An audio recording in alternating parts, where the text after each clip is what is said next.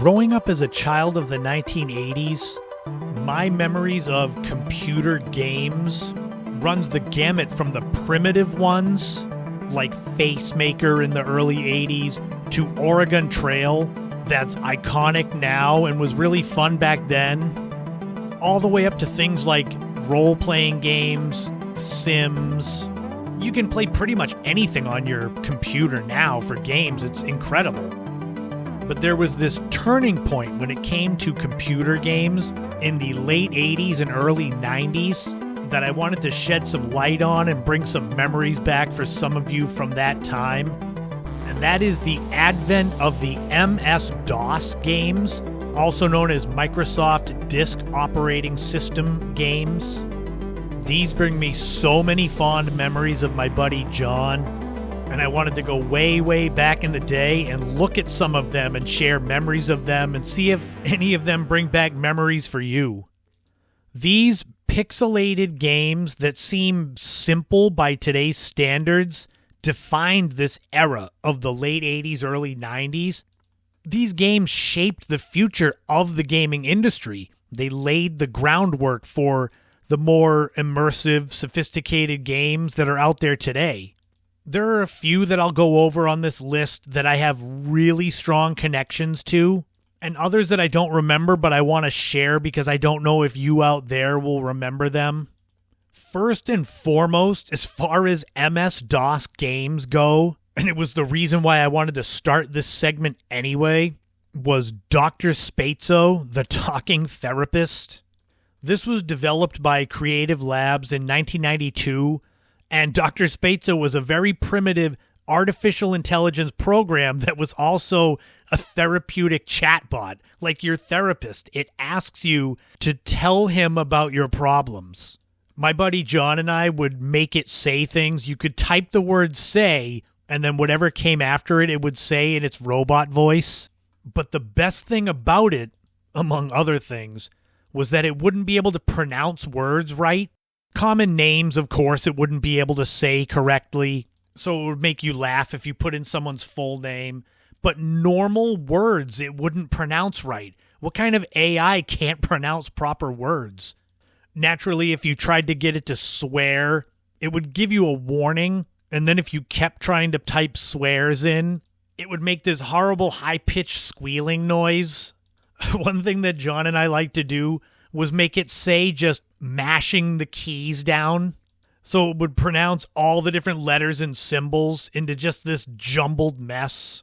But I have to laugh when thinking of DrSPO. If you would try to be serious with it and ask it questions, it didn't give you any advice. Typically, it would answer your question with another question, and you just go round and round to where it's just useless. Naturally, I need to give you an example, so here's a little DrSPO. Hello, In My Footsteps podcast listeners. My name is DrSPO. I am pretty useless, but my voice is funny. I hope that you are enjoying this episode of the podcast. There were a lot more MS-DOS games than just DrSPO.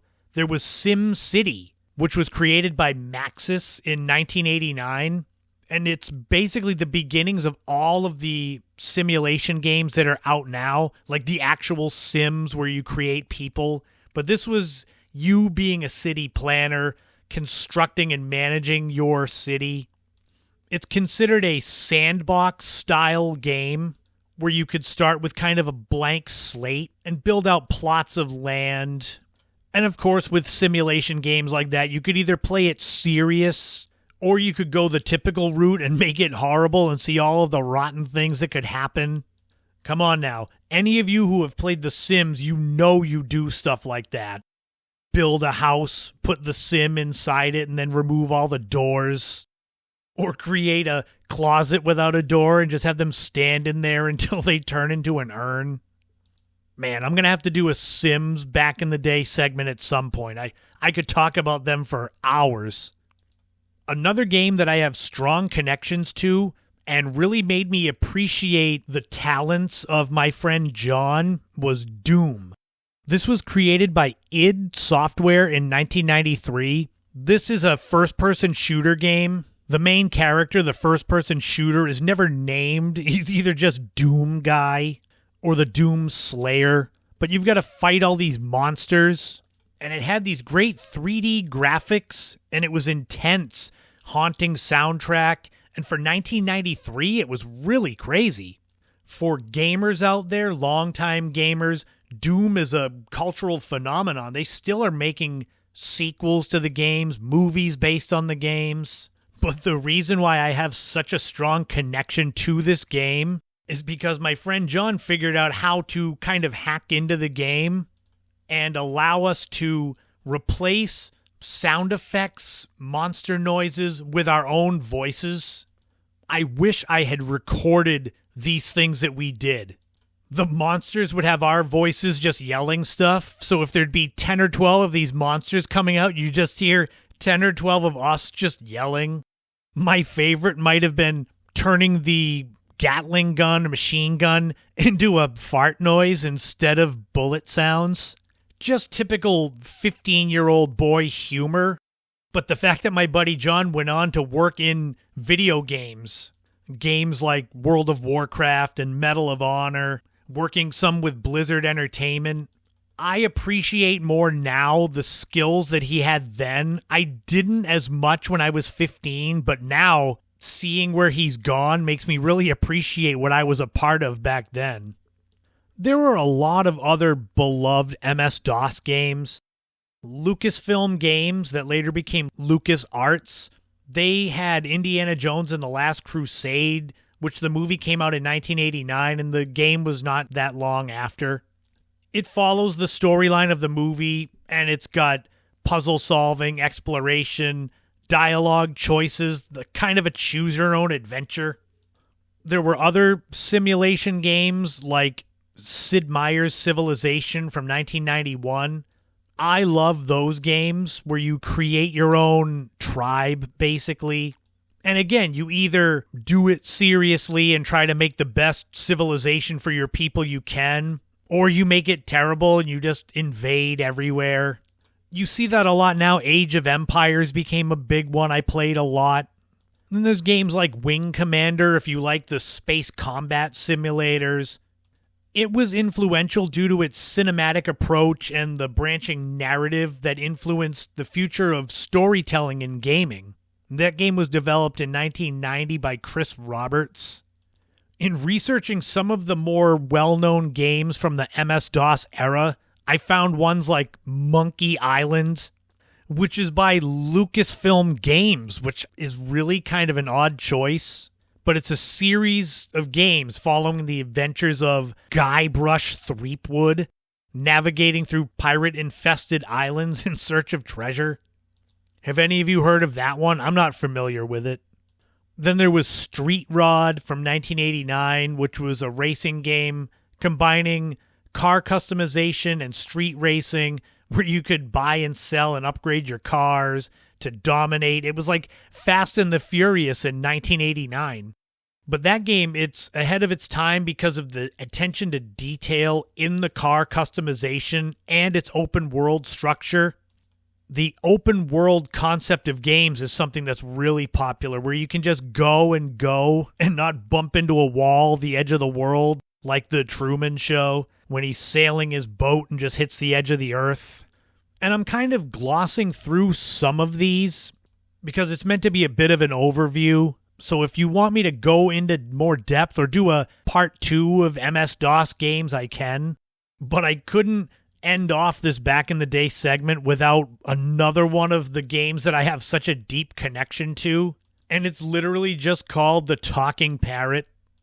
It's not as widely known. I think it's because I played it a lot when I was in 8th, 9th grade that make it stand out to me. Today, if you see it, it's pretty stupid. It's literally a pixelated parrot, and you can speak into your microphone. The parrot will mimic you.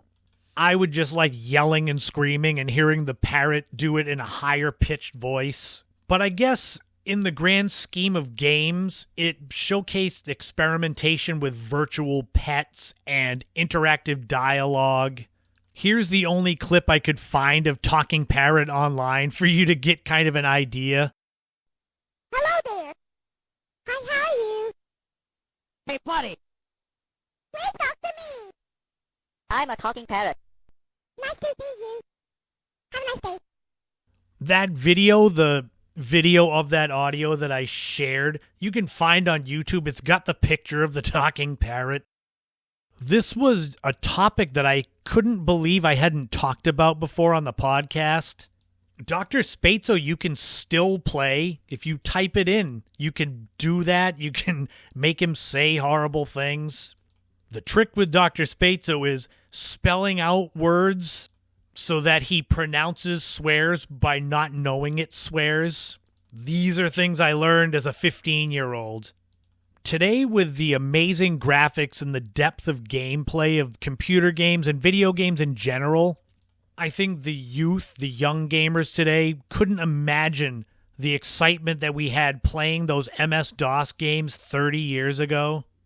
That's why, again, I'm so glad I grew up when I did, because playing these games like DrSPO and Talking Parrot and Sim City make me appreciate the games that are out today.